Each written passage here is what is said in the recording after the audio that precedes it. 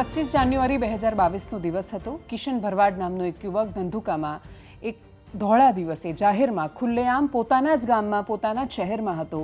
Bike ઉપર શબ્બીર અને ઇમ્તિયાઝ નામના બે લોકો આવે છે, શૂટર હોય છે અને ખુલ્લેઆમ હત્યા કરીને જતા રહે છે। એ 25 થી 30 વર્ષની વચ્ચેના એકદમ યુવાન કિશન ભરવાડને મારી નાખવાનો ઉદ્દેશ્ય માત્ર એટલો હતો કેમ કે એ છોકરાઓના મનમાં એ ઝેર ઠસાવવામાં આવ્યું હતું કે એણે તમારા ભગવાનનું, તમારા અલ્લાહનું અપમાન કર્યું છે ને એટલે જ એને જીવવાનો અધિકાર નથી।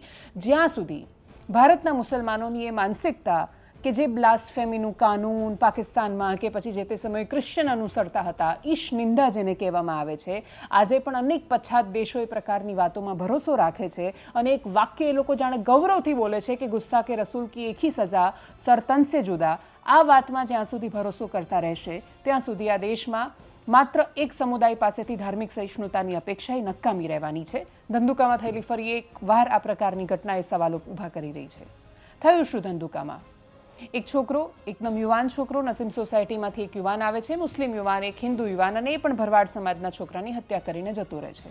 કિશન ભરવાડ પર શું આરોપ લાગ્યો હતો? માત્ર સોશિયલ મીડિયાની એક પોસ્ટ, અને સોશિયલ મીડિયાની એક પોસ્ટમાં એ માત્ર પોતાના ધર્મના, પોતાની શ્રદ્ધા જેમાં છે એ કૃષ્ણ કનૈયાને, કાનુડાને સૌથી મોટા કહી રહ્યા હતા। ઘણી બધી વાર ઘણી બધી પોસ્ટ એવી થાય છે કે જેની સાથે જેમાં લોકોની લાગણી દુભાય, એ અંગત રીતે સહમત ન હોય, એ વિરોધ વ્યક્ત કરે, એ અસહમતિ વ્યક્ત કરે, પણ અસહમતિ વ્યક્ત થવી અને કોઈની હત્યા થવી એમાં બહુ જ મોટો ફરક છે। કિશન ભરવાડ સાથે શું થયું એના વિશે આજે વાત કરવી છે। કિશન ભરવાડની હત્યા થઈ એના પછી શું થયું એની વાત કરવી છે।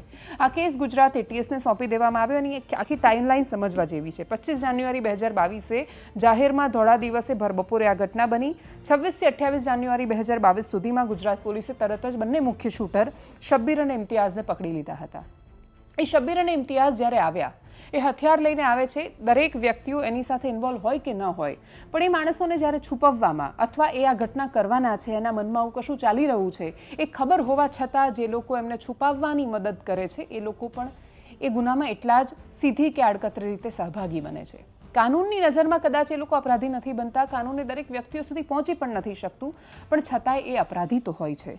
જાન્યુઆરીનો અંત અને ફેબ્રુઆરી 2022માં જ્યારે એ તપાસ આગળ વધી ત્યારે એ 4-5 દિવસના ઘટનાક્રમમાં એટલે 29 જાન્યુઆરીએ ગુજરાત એટીએસને આખી તપાસ સોંપવામાં આવી અને એક દિવસમાં એમણે એ લોકોના કનેક્શન જેની સાથે જોડાયેલા હતા અથવા જે એ શબ્બીર અને બાકીના લોકોને જેમણે તૈયાર કર્યા એવા મૌલવીઓ સુધી ગુજરાત એટીએસ પહોંચી અને પછી ખબર પડી કે એમના મનમાં એ ઠસાવવામાં આવ્યું હતું કે ઈશ નિંદા કરી છે। ગુજરાત એટીએસના એસપી ઇમ્તિયાઝ શેખ ઇન્ડિયા ટુડેમાં એક આર્ટિકલ છે ને એમાં જ્યારે વાત કરી રહ્યા હતા ત્યારે એમણે કહ્યું હતું કે એ મૌલવી જ્યારે એને દિલ્હીથી લાવવામાં આવ્યો અમદાવાદ ત્યારે એણે એવું કહ્યું હતું, ગુસ્તાખે રસૂલ કી એક ही સજા સરતન સે જુદા। જો કોઈ ઈશ નિંદા કરે છે તો અમે તેને મારીને રહીશું। સાજન ઓડેદરા નામના પોરબંદરના વ્યક્તિની હત્યાનો પ્લાન હતો, એના પર પણ આ જ પ્રકારનો આરોપ એમણે ઇન્ટરનલી લગાવ્યો હતો કે એમણે ઈશ નિંદા કરી છે અને એટલે જ એને મારવા માટે ગયા પણ એ ત્યાં મળ્યો નહીં ને એના પછી કિશન ભરવાડની હત્યા કરવામાં આવી।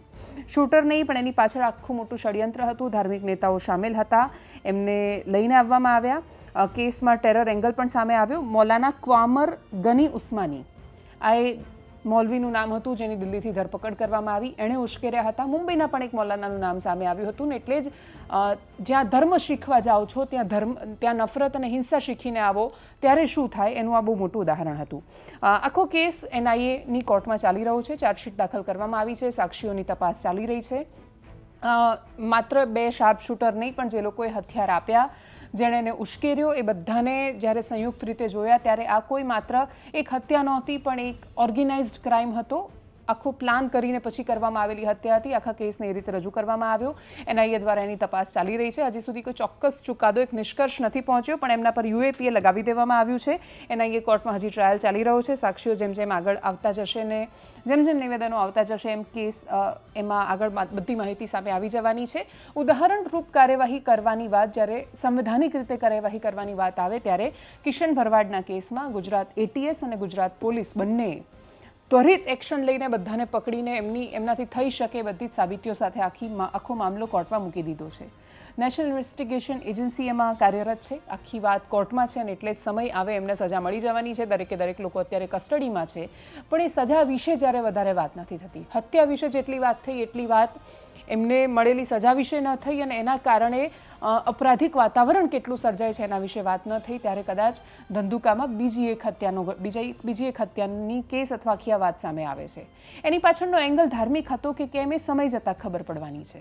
વાત માત્ર એટલી છે ને સવાલ માત્ર એટલો છે કે આ પ્રકારની ઘટનાઓ જ્યારે સતત સામે આવે ત્યારે એનું પોષણ આપતા જે લોકો છે એને નહીં રોકવામાં આવે તો આ શબ્બીર કે બાકીનો જે એક છોકરો હતો શાર્પ શૂટર તરીકે કામ કરતો હતો અથવા બાકીના જે યુવાનો છે તો બ્રેઇન વોશ્ડ યુવાનો છે, એને નાનપણથી ઝેર પીવડાવવાવાળા એ મૌલાનાઓ સામે જ્યાં સુધી આકરી કાર્યવાહી નહીં થાય, એ મદ્રસાઓ કે જે ધર્મ શીખવવાના નામ પર આતંક શીખવે છે એની સામે કાર્યવાહી નહીં થાય, જ્યાં સુધી ફોરેન ફંડિંગ લઈને આ દેશને અંદરોઅંદર ઝઘડાવાના કામ કરતા સૂત્રધારો સામે કામ નહીં થાય, ત્યાં સુધી આપણે આવી અનેક ઘટનાઓ જોતા રહીશું.